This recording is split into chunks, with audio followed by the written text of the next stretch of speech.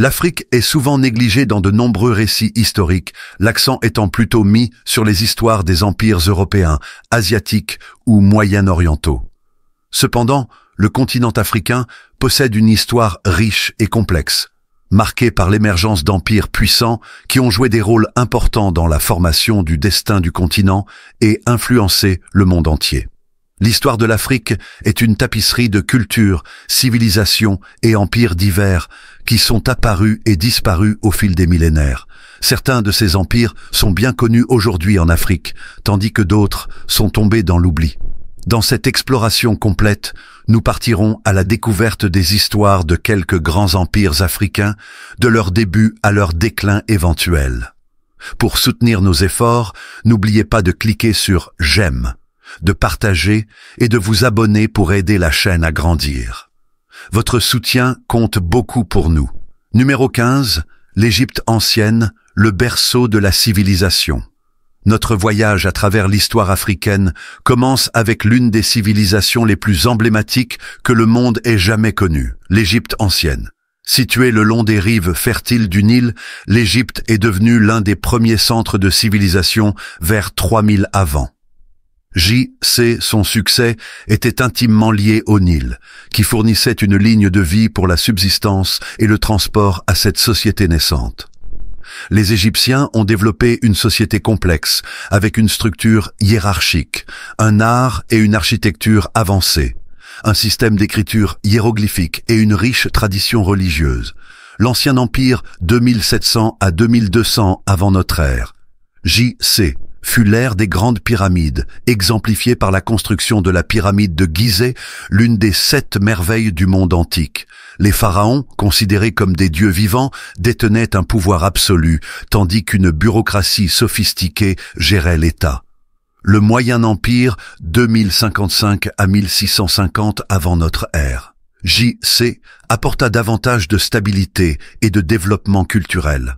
Cependant, l'Égypte fit face à des défis pendant la deuxième période intermédiaire, marquée par l'invasion des Hyksos, un groupe étranger qui régna sur certaines parties de l'Égypte pendant un certain temps. Le Nouvel Empire, 1550 à 1077 avant notre ère. J.C. marqua un regain de puissance et d'expansion territoriale de l'Égypte. Cette période vit le règne de pharaons illustres comme Hatshepsut, Akhenaton et le célèbre Toutankhamon. L'empire égyptien étendit son influence en Nubie, actuel Soudan, au Levant et en Canaan.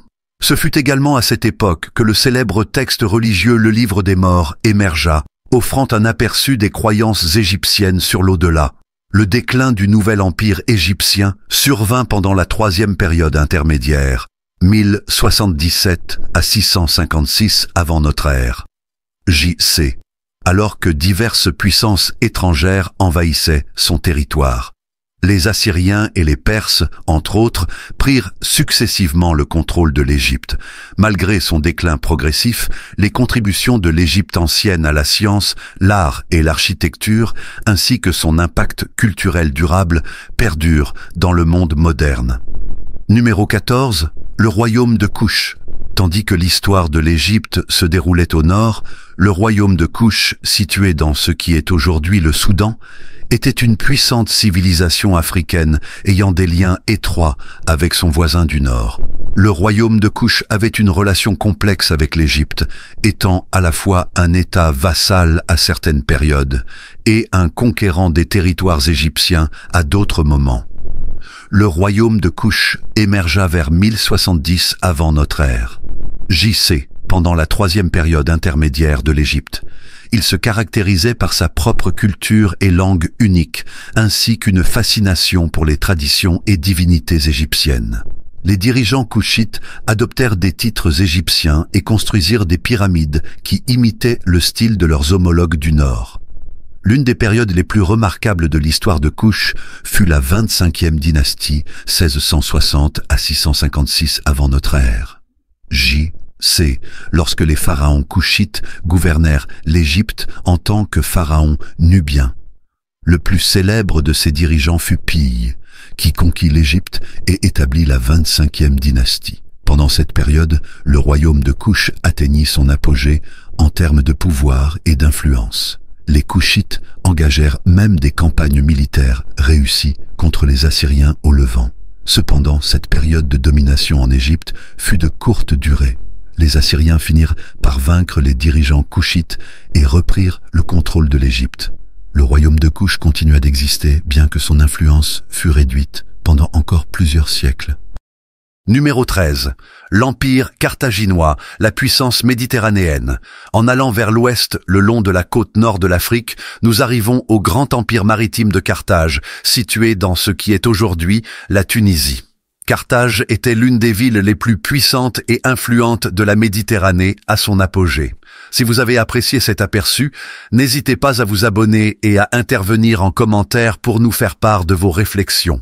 À son apogée, Carthage fut fondée par des colons phéniciens au IXe siècle avant Jésus, Christ.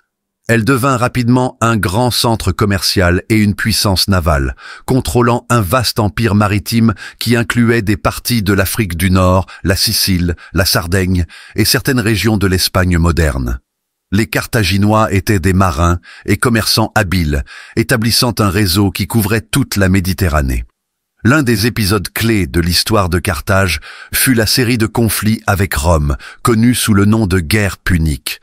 La première guerre punique, 264 à 241 avant notre ère. Jésus, Christ, fut principalement une lutte pour le contrôle de la Sicile. La deuxième guerre punique, 218 à 201 avant notre ère.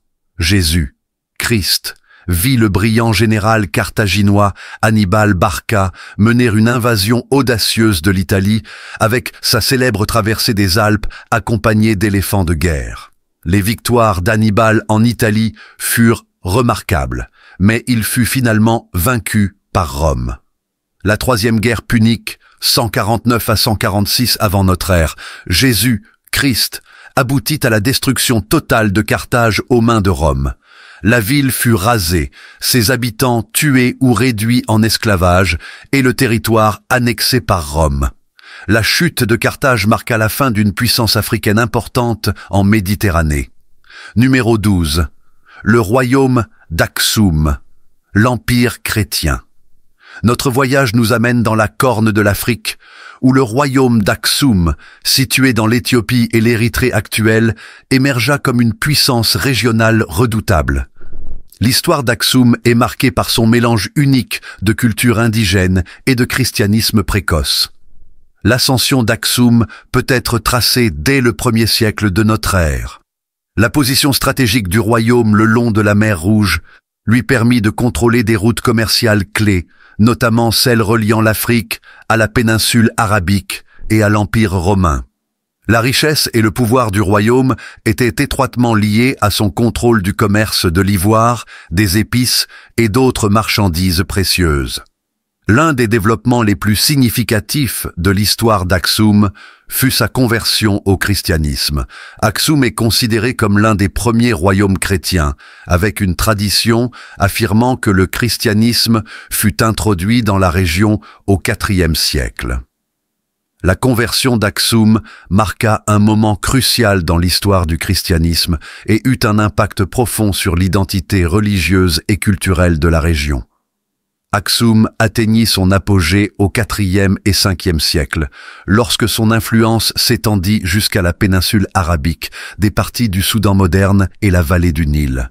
Le plus grand souverain du royaume, le roi Ezana, joua un rôle central dans la formation de l'héritage d'Aksum. Il est connu pour ses inscriptions en Ge'ez, une langue sémitique de l'Éthiopie, qui fournissent des informations historiques et religieuses importantes. Malgré ses réalisations impressionnantes, le royaume d'Aksum commença à décliner au 7e siècle, principalement en raison de l'essor de l'islam et des conquêtes arabes dans la région. La chute d'Aksum entraîna la fragmentation du royaume en petits États, bien que son héritage chrétien perdura dans les églises orthodoxes éthiopiennes et érythréennes. Numéro 11. L'Empire du Mali, terre d'or et de savoir. Poursuivant notre voyage vers l'ouest, nous rencontrons l'Empire du Mali, qui fut l'une des puissances les plus influentes et riches d'Afrique de l'Ouest. L'ascension du Mali au pouvoir était étroitement liée à son contrôle du commerce transsaharien de l'or et du sel. Les origines du Mali remontent au IXe siècle, lorsqu'il faisait partie de l'empire du Ghana. Le Mali acquit progressivement son indépendance et émergea comme une entité distincte au XIIIe siècle sous la direction de Soundiata Keïta, son premier souverain. L'empire s'étendit rapidement, absorbant des territoires dans ce qui est aujourd'hui le Mali, le Sénégal, le Ghana et le Niger. Le Mali était renommé pour sa richesse immense, tirée principalement des vastes réserves d'or trouvées sur son territoire. La légendaire ville de Tombouctou, située au bord sud du Sahara, devint un centre florissant de commerce, de culture et d'apprentissage. Tombouctou comptait de nombreuses bibliothèques et universités, attirant des savants et des étudiants du monde islamique entier. L'une des figures les plus célébrées de l'histoire du Mali fut Mansa Moussa, qui régna au XIVe siècle. Mansa Moussa était un musulman pieux qui entreprit un célèbre pèlerinage à la Mecque. Pendant son voyage, il distribua d'immenses quantités d'or, ce qui lui valut une réputation comme l'un des individus les plus riches de l'histoire. Le déclin de l'empire du Mali peut être attribué à une combinaison de facteurs, y compris des conflits internes, des invasions extérieures et l'évolution des dynamiques des routes commerciales. L'empire s'affaiblit au fil des siècles et se désintégra finalement au XVIe siècle. Néanmoins, l'héritage du Mali perdure et reste une partie importante de l'histoire de l'Afrique de l'Ouest. Si vous avez apprécié cet aperçu captivant des grands empires africains, n'hésitez pas à vous abonner à Odyssée d'Histoire pour ne pas manquer nos prochains voyages à travers le temps. Votre soutien compte beaucoup pour nous. N'oubliez pas de laisser vos réflexions, questions ou commentaires ci-dessous. Nous adorons lire vos interventions, histoire et culture. Numéro 10. L'Empire Songhai, le colosse africain. L'Empire Songhai, situé le long du fleuve Niger en Afrique de l'Ouest, fut l'un des plus grands empires de l'histoire africaine. Il succéda à l'Empire du Mali et atteignit son apogée au XVIe siècle. L'ascension de l'Empire Songhai peut être attribuée à ses dirigeants, notamment Soni Ali et Askia Muhammad. Soni Ali, fondateur de la dynastie sunnite, étendit le territoire de l'Empire et consolida son pouvoir par des conquêtes militaires. Son successeur, Askia Muhammad, était un musulman pieux qui apporta stabilité et bonne gouvernance à l'Empire. L'un des aspects les plus significatifs de l'Empire Songhai était son organisation et sa structure administrative. L'Empire était divisé en provinces, chacune dirigée par un gouverneur, tandis qu'un gouvernement central supervisait la collecte d'impôts, le commerce et l'armée. La capitale Songhai, Gao, devint un centre de commerce et de culture. Sous Askia Muhammad, l'empire Songhai atteignit son extension territoriale maximale, contrôlant de vastes portions de l'Afrique de l'Ouest, de la côte atlantique jusqu'au lac Tchad. L'empire était marqué par une forte influence islamique, avec Tombouctou jouant à nouveau un rôle essentiel dans la diffusion du savoir islamique. La chute de l'empire Songhai fut précipitée par une série d'événements, y compris l'invasion marocaine en 1591, qui vit l'utilisation d'armes à feu avancées contre les forces Songhai. L'empire se fragmenta en petits États et ses grandes villes furent réduites en ruines. Numéro 9. L'Empire Bénin, un royaume d'artisans. En voyageant plus au sud, nous arrivons à l'Empire Bénin, situé dans ce qui est aujourd'hui le Nigeria. L'Empire Bénin est renommé pour son art exceptionnel et sa fonte de bronze, qui reflétait les réalisations culturelles et le talent artistique du royaume. L'Empire béninois émergea autour du XIIIe siècle et prospéra grâce au commerce avec des États voisins et des puissances européennes, notamment les Portugais. Sa capitale, la ville de Bénin, aujourd'hui appelée Ado, était connue pour ses impressionnantes murailles urbaines, un réseau de fortifications en terre s'étendant sur des kilomètres. Ces murailles protégeaient la ville et ses routes commerciales précieuses.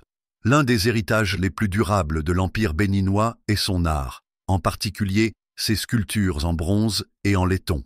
Les artisans du royaume produisaient des représentations complexes et réalistes de figures royales, d'animaux et de scènes de la vie quotidienne.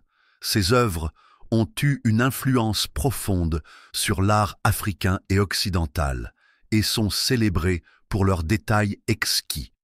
Le royaume était caractérisé par une forte autorité centrale sous l'Obéa, qui détenait à la fois le pouvoir politique et spirituel.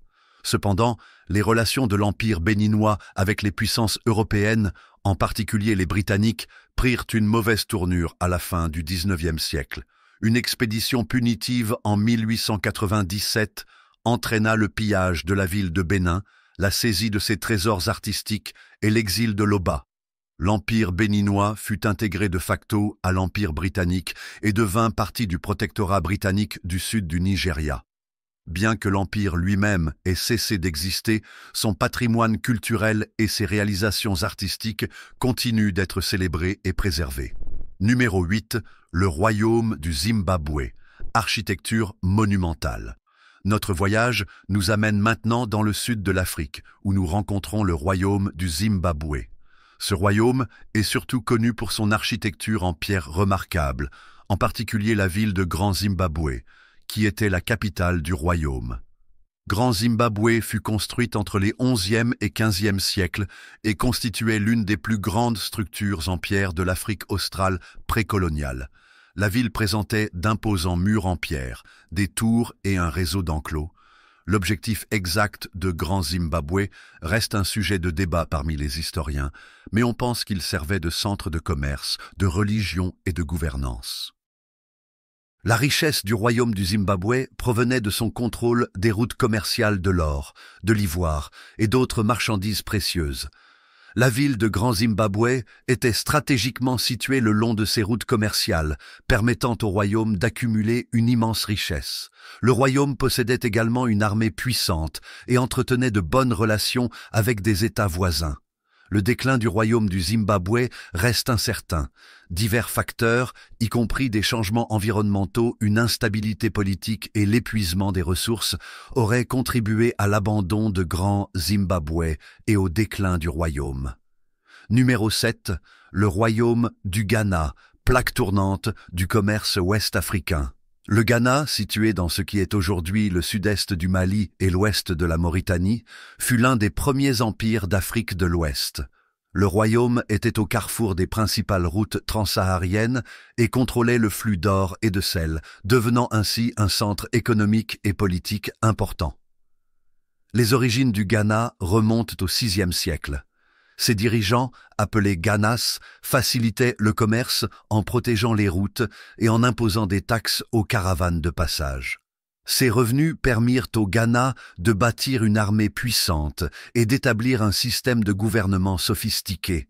La ville de Kumbi-Saleh, capitale du Ghana, était un centre urbain animé. Elle comportait deux quartiers distincts, l'un pour les marchands musulmans et l'autre pour le roi et sa cour. La prospérité économique et la stabilité relative du royaume attiraient des marchands et des voyageurs de diverses régions. Le déclin de l'empire du Ghana peut être attribué à divers facteurs, y compris des conflits internes, des invasions extérieures et des changements dans les routes commerciales. Au XIe siècle, les Almohades, une dynastie islamique d'Afrique du Nord, envahirent le Ghana et perturbèrent son pouvoir. L'empire se fragmenta finalement en petits États et cessa d'exister en tant qu'entité unifiée. Numéro 6. Le royaume d'Aksum, civilisation ancienne africaine Aksum, située dans ce qui est aujourd'hui le nord de l'Éthiopie et de l'Érythrée, fut l'une des civilisations anciennes les plus influentes d'Afrique, avec une histoire remontant au 1er siècle. Il était connu pour ses obélisques monumentaux et son style architectural unique. Le royaume aksumite était une grande puissance commerciale, reliant la mer Rouge à l'intérieur de l'Afrique et à la Méditerranée. Il contrôlait le commerce de marchandises précieuses telles que l'ivoire, l'or et les épices exotiques. La richesse d'Aksum se reflétait dans ses impressionnants obélisques en pierre, certains mesurant plus de 30 mètres de haut. Le royaume d'Aksum est également significatif dans l'histoire du christianisme. Il est considéré comme l'une des premières régions à adopter le christianisme comme religion d'État au IVe siècle.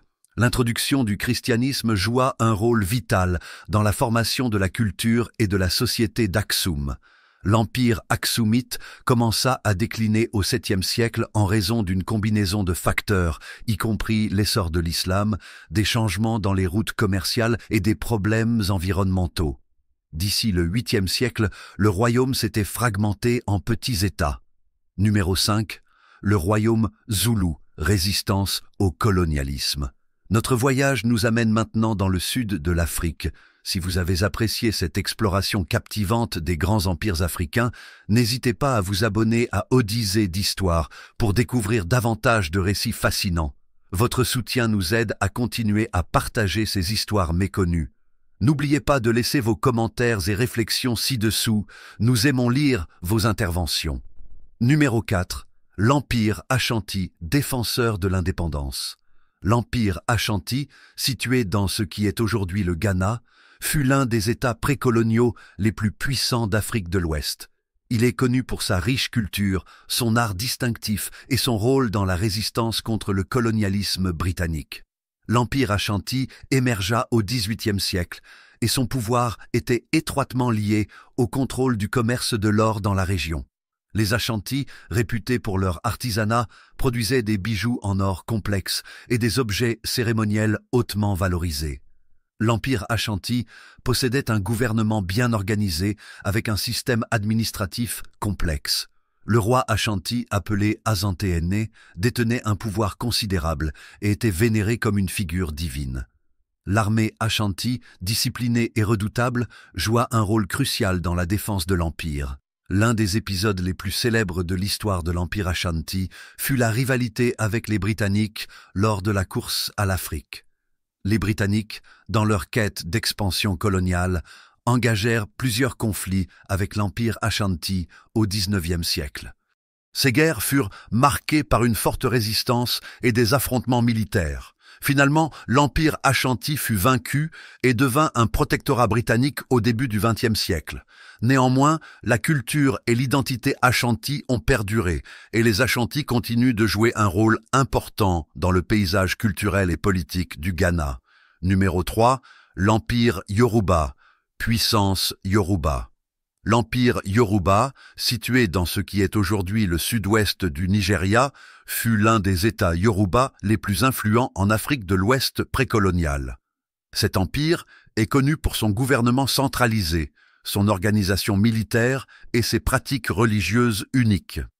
Les origines de l'Empire Yoruba remontent au XIVe siècle avec l'établissement de la cité-État d'Ifé. L'Empire s'étendit grâce à une combinaison de diplomatie et de conquêtes militaires. L'Empire Yoruba était caractérisé par une hiérarchie stricte, avec l'Alafin comme souverain suprême et un conseil de chefs, appelé Oyomesi, assistant à la gouvernance. L'Empire contrôlait les routes commerciales et imposait des taxes sur divers biens, y compris les noix de cola et les esclaves. Il fut également un centre important pour l'art et la culture. Les Yoruba, connus pour leurs sculptures en bois complexes et leurs pratiques religieuses, ont produit un héritage artistique riche. Cependant, l'Empire Yoruba a finalement été confronté à des dissensions internes, notamment des disputes entre factions et des défis à son autorité. Des pressions externes, telles que les attaques des Fanis et des forces britanniques, ont contribué à son déclin au XIXe siècle. Numéro 2, l'Empire Kanem-Bornou, puissance saharienne. L'Empire Kanem-Bornou, situé dans la région autour du lac Tchad, actuel Nigeria, Tchad, Cameroun et Niger, fut une puissance significative dans la région du Sahel. Son histoire est marquée par son organisation politique et sa culture islamique. L'Empire Kanem-Bornou émergea vers le IXe siècle. Sa dynastie dirigeante, les Saifawa, établit un gouvernement centralisé et engagea des échanges commerciaux à longue distance avec d'autres États africains, le monde arabe et l'Europe. L'Empire contrôlait des routes commerciales clés dans la région du Sahel, facilitant l'échange de marchandises et d'idées. L'Empire Kanem-Bornou joua un rôle crucial dans la propagation de l'islam dans la région. Des savants et commerçants musulmans venus d'Afrique du Nord et du monde arabe visitèrent l'Empire, contribuant à sa transformation religieuse et culturelle. L'Empire atteignit son apogée au XVIe siècle sous le règne de Maï Idriss Aloma, qui étendit son territoire et introduisit des innovations militaires. Cependant, l'Empire Kanem-Bornou fit face à des défis internes et externes, notamment des invasions de la dynastie Saifawa et des attaques d'États voisins. Le déclin de l'empire Kanem-Bornou survint au XIXe siècle, lorsque les puissances coloniales européennes commencèrent à affirmer leur influence en Afrique. L'empire se fragmenta en petits États et fut progressivement absorbé dans les territoires coloniaux des puissances européennes. Numéro 1. Les cités-États Swahili, hubs commerciaux de l'Afrique de l'Est. Sur la côte orientale de l'Afrique, nous rencontrons les cités-États Swahili, un réseau de communautés commerciales indépendantes qui devinrent des acteurs importants dans le commerce de l'océan Indien. La côte Swahili, s'étendant de la Somalie moderne au Mozambique, fut un centre de commerce maritime entre l'Afrique, le Moyen-Orient, l'Inde et l'Asie du Sud-Est. Les cités-États le long de cette côte, telles que Kilwa, Mombasa et Zanzibar, prospérèrent grâce à leur rôle d'intermédiaire dans ce commerce lucratif. Les États Swahili furent influencés par diverses cultures, notamment bantou, arabe, perse et indienne. La culture et la langue swahili émergèrent comme un mélange unique de ces influences. Le commerce de marchandises précieuses telles que l'or, l'ivoire, les épices et les esclaves rendit les cités-États swahili riches et influentes. Elles adoptèrent également l'islam, qui joua un rôle crucial dans la formation de leur culture et société. Le déclin des cités-États swahili peut être attribué à une combinaison de facteurs, notamment l'arrivée des Portugais au XVIe siècle qui perturba les routes commerciales établies, ainsi que la montée d'autres puissances européennes dans la région de l'océan Indien. Avec le temps, les cités-États perdirent leur importance dans le réseau commercial mondial, la chute des empires africains et l'ère coloniale. La décadence de nombreux empires africains coïncida avec l'avènement du colonialisme européen qui eut des conséquences profondes et durables pour le continent. Les puissances européennes, motivées par des ambitions impériales et un désir de ressources, établirent des colonies à travers l'Afrique. La course à l'Afrique, qui se déroula à la fin du XIXe et au début du XXe siècle. Les puissances européennes se partageaient le continent entre elles. Cette partition fut souvent arbitraire et ignora les frontières traditionnelles et les divisions ethniques. Elle entraîna la perte de souveraineté pour de nombreux États africains et une longue ère de domination étrangère. La domination coloniale eut un impact dévastateur sur les sociétés africaines. Les puissances européennes exploitèrent les ressources de l'Afrique, imposèrent de nouvelles formes de gouvernance et établirent un système de travail forcé. Les cultures et traditions africaines furent souvent supprimées ou marginalisées, et toute résistance à la domination coloniale fut réprimée avec sévérité. L'héritage du colonialisme est encore visible en Afrique moderne, où de nombreuses nations luttent avec les conséquences du passé. La lutte pour l'indépendance, qui prit de l'ampleur à partir du milieu du XXe siècle, conduisit finalement à la décolonisation de l'Afrique et à l'émergence de nouveaux États indépendants. Le milieu du XXe siècle vit une vague de pays africains gagner leur indépendance de la domination coloniale. Cette période de décolonisation vit l'émergence de nombreuses nouvelles nations, chacune faisant face à son propre ensemble de défis. Les nations africaines furent confrontées à la tâche ardue de construire des nations, impliquant l'établissement d'institutions politiques, le développement d'économies et la création d'identités nationales. De nombreux pays durent également faire face aux divisions ethniques et tribales héritées de l'ère coloniale, posant des défis significatifs à l'unité nationale. Pendant cette période, divers leaders et mouvements africains jouèrent des rôles cruciaux dans la lutte pour l'indépendance et la formation subséquente de leur nation. Des figures comme Kwame Nkrumah, Ghana, Jomo Kenyatta, Kenya, Patrice Lumumba, Congo, et Nelson Mandela, Afrique du Sud, devinrent des icônes dans la lutte pour l'autodétermination africaine.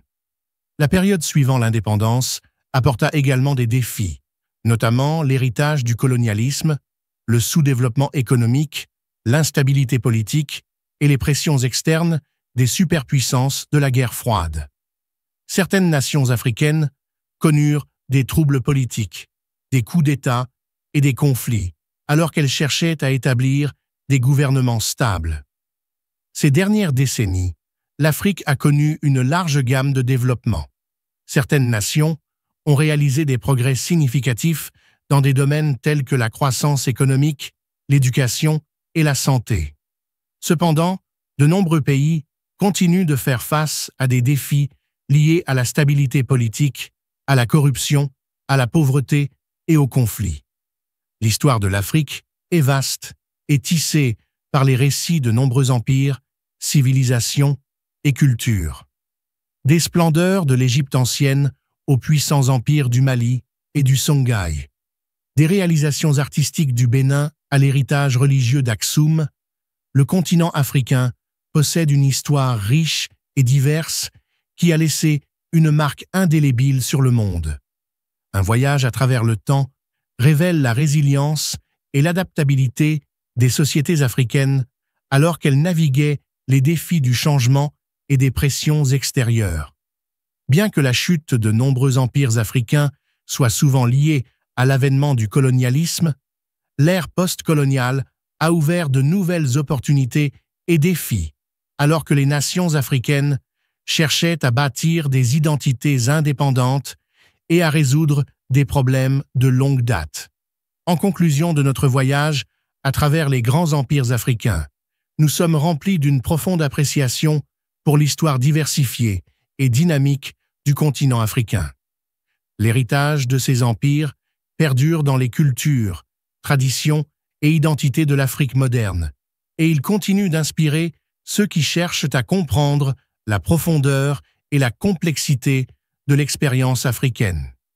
C'est ici que s'achève cette vidéo. Dites-nous ce que vous en pensez dans les commentaires, car nous sommes toujours intéressés par vos réflexions. Comme toujours, n'oubliez pas d'aimer la vidéo, de vous abonner à notre chaîne et de partager nos vidéos pour permettre à plus de personnes de connaître la vérité sur les Noirs et d'entendre leurs propres récits. Merci pour votre soutien.